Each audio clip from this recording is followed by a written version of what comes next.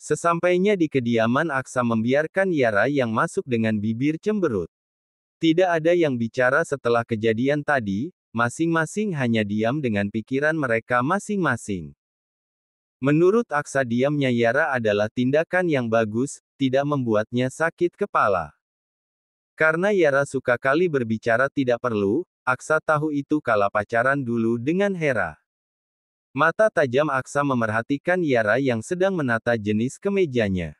Terlihat asal-asalan menurutnya, tentu saja Aksa tidak terima itu. Kau bisa lebih rapi lagi menatanya? Tanya Aksa dengan tangan berkacak pinggang. Yara yang berdiri tepat di hadapannya mendongak untuk bisa menatap Aksa. Hanya sebentar, Yara kembali fokus menata deretan kemeja sang suami. Harus sesuai warna, Yara. Biru dengan biru, putih dengan putih. Semua harus sesuai warna, mengerti? Aksa menjelaskan semuanya penuh penekanan. Yara mengangguk saja, ia menata ulang kembali. Tapi, kala masih menyentuh kemeja, Aksa secuil kuku saja. Pria itu sudah menepiskan tangannya, seolah jijik miliknya disentuh oleh Yara.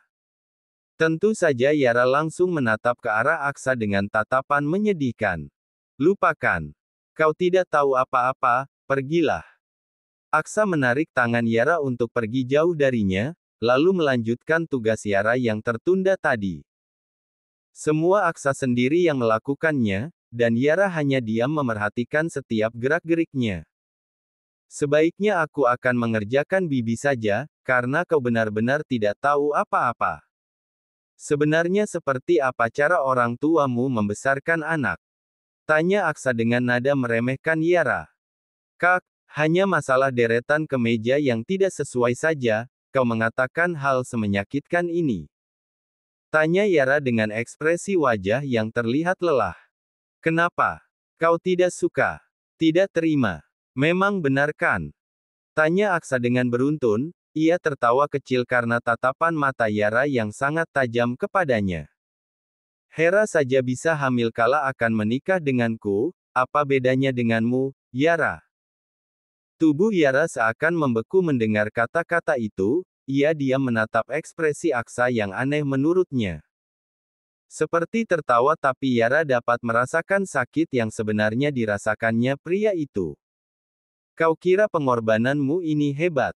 Kau hanya membuat hatiku semakin sakit. Sentak Aksa sehingga membuat Yara terduduk di pinggiran ranjang. Kau datang dengan kata-kata akan menggantikan Hera, pengorbanan tidak tahu malu itu, tidak berguna untukku. Bentak Aksa lagi.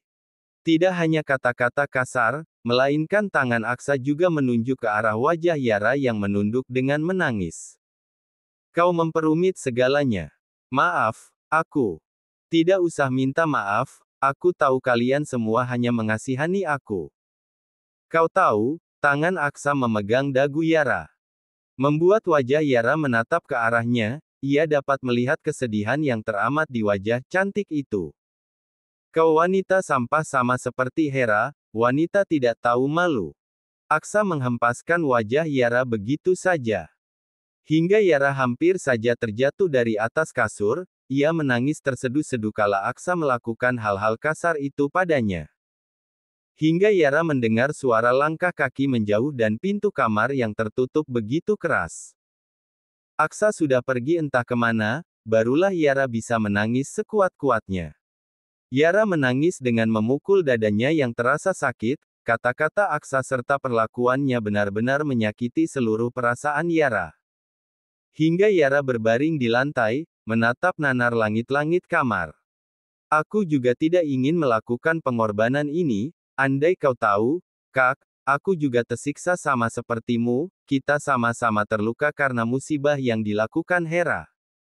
Ucap Yara disertai tangisnya. Aku kira, kita bisa sama-sama perlahan menerima masalah ini. Ternyata, hanya aku yang berpikir seperti itu. Tangis Yara pecah lagi, ia menangis kencang di sore hari yang hening. Tidak ada yang tahu seberapa kacau hidupnya saat ini, kehidupan yang selalu dinahkodai oleh ibu tiri dan keegoisan sang ayah. Bahkan Yara ingat, Reynald tidak ada mengatakan apapun atas semua pengorbanannya. Sang ayah malah terlihat bahagia karena perusahaan miliknya tidak akan bangkrut. Sementara Hera, sang pelaku, tertawa bahagia dengan semua takdir hidup yang diinginkan olehnya. Yara tidak tahu kenapa alam semesta tidak pernah adil dalam hidupnya. Bahkan Yara tidak ingat, kapan terakhir kali dirinya bahagia. Aksa melajukan mobilnya dengan kecepatan tinggi, ia kesal dan benci dengan semua takdir hidupnya. Semuanya selalu tidak sesuai dengan apa yang diinginkan olehnya. Patah hati dengan Gea serta Lofi masih belum juga membuat penderitanya berakhir. Kehilangan sang kekasih dengan penghinaan yang begitu besar, dan sekarang malah menikahi adik dari sumber patah hati terbesarnya. Semua ini membuat Aksa gila. Ia benci dan ingin berteriak kepada semua orang. Untuk menghilangkan rasa sakit kepala atas masalah yang ada, Aksa berkunjung ke klub malam terbesar di kota Jakarta. Tempat yang selalu ia datangi kala masalah besar datang melanda. Aksa memasuki tempat itu dengan tatapan super datar, sepertinya orang juga akan takut menyentuhnya. Kala melihat ekspresi Aksa yang terlihat tidak ingin diajak bercanda. Para wanita yang ada langsung tertuju kepadanya, bagaimana tidak? Pria tampan bertubuh tegap sudah pasti sangat menggoda menurut mereka. Tapi, kala melihat tatapan mata Aksa yang super tajam membuat para wanita itu tidak berani menyentuh atau bahkan hanya sekedar menyapa saja. Hingga Aksa dengan mudah duduk di tempat pemesanan minum. Ia memesan alkohol nomor 1, yang sudah pasti rasanya akan lebih berat dari yang biasa. Ia duduk dengan pikiran melayang jauh, memikirkan Yara yang entah sedang apa di kediamannya. Loh, tuan muda. Aksa langsung melirik ke asal suara, ternyata itu Arzan. Pria itu langsung duduk di samping Aksa, ia heran kenapa pria itu bisa datang ke tempat ini di jam yang masih belum malam sekali. Kau diamlah. Jangan beritahu ayah kalau aku di sini malam ini. Kata Aksa memperingati sang asisten pribadi. Sudah pasti Arzan akan melakukan itu sekalipun belum diminta, karena tugasnya adalah menjaga rahasia Aksa. Lalu, bagaimana dengan Nona Yara? Tanya Arzan sambil memerhatikan Aksa yang menenggak minuman alkoholnya. Dari cara pria itu meminum saja, Arzan dapat merasakan betapa berat masalah yang Aksa rasakan. Aksa bersandar pada bangku, kepalanya mendongak menatap lampu kelap-kelip itu. Apa menurutmu, aku pantas memikirkan wanita tidak berguna itu? Tanya Aksa balik, ia menatap malas Arzan yang mengerjapkan kedua matanya. Maksud tuan apa? Dia kan istri tuan sekarang. Soal Nona Hera sudah lupakan saja. Aksa menenggak habis gelas berisi alkohol itu, ia memesan lagi. Terus saja seperti itu hingga dirinya merasa puas, tidak peduli dengan Arzan yang melarang dirinya melakukan